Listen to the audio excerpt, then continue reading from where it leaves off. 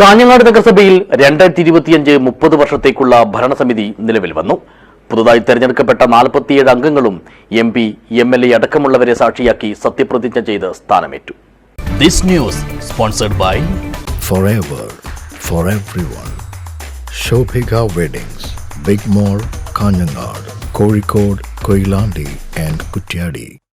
തദ്ദേശ ഭരണ തെരഞ്ഞെടുപ്പ് 2025 ഭാഗമായി പുതുതായി തെരഞ്ഞെടുക്കപ്പെട്ട LDF-ലെ 22 അംഗങ്ങളും UDF-ലെ 21 അംഗങ്ങളും NDA-യിലെ 4 അംഗങ്ങളുമാണ് ഞായറാഴ്ച രാവിലെ കാഞ്ഞങ്ങാട് നഗരസഭയിൽ സത്യപ്രതിജ്ഞ ചെയ്ത് സ്ഥാനമേറ്റത്.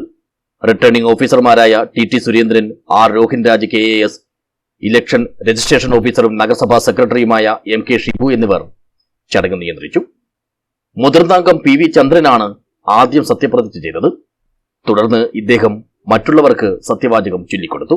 പുതിയകോട്ടയിലെ നഗരസഭാ ടൗൺ ഹാളിൽ നടന്ന സത്യപ്രതിജ്ഞാ ചടങ്ങിൽ Rajmohan Unnithan MP, E Chandrasekharan MLA, കഴിഞ്ഞ നഗരഭരണസമിതിയുടെ ചെയർപേഴ്സണായിരുന്ന KV സുജാത, വൈസ് ചെയർമാനായിരുന്ന ബിൽടെക് അബ്ദുള്ള, നഗരസഭയുടെ മുൻ ചെയർമാൻമാർ, വൈസ് ചെയർമാൻമാർ, സ്റ്റാൻഡിംഗ് കമ്മിറ്റി അധ്യക്ഷർ, കൌൺസിലർമാർ, പൗരപ്രമുഖർ, രാഷ്ട്രീയ പാർട്ടി നേതാക്കൾ, പൊതുജനങ്ങൾ തുടങ്ങിയവർ പങ്കെടുത്തു. News bureau, Kanhangad.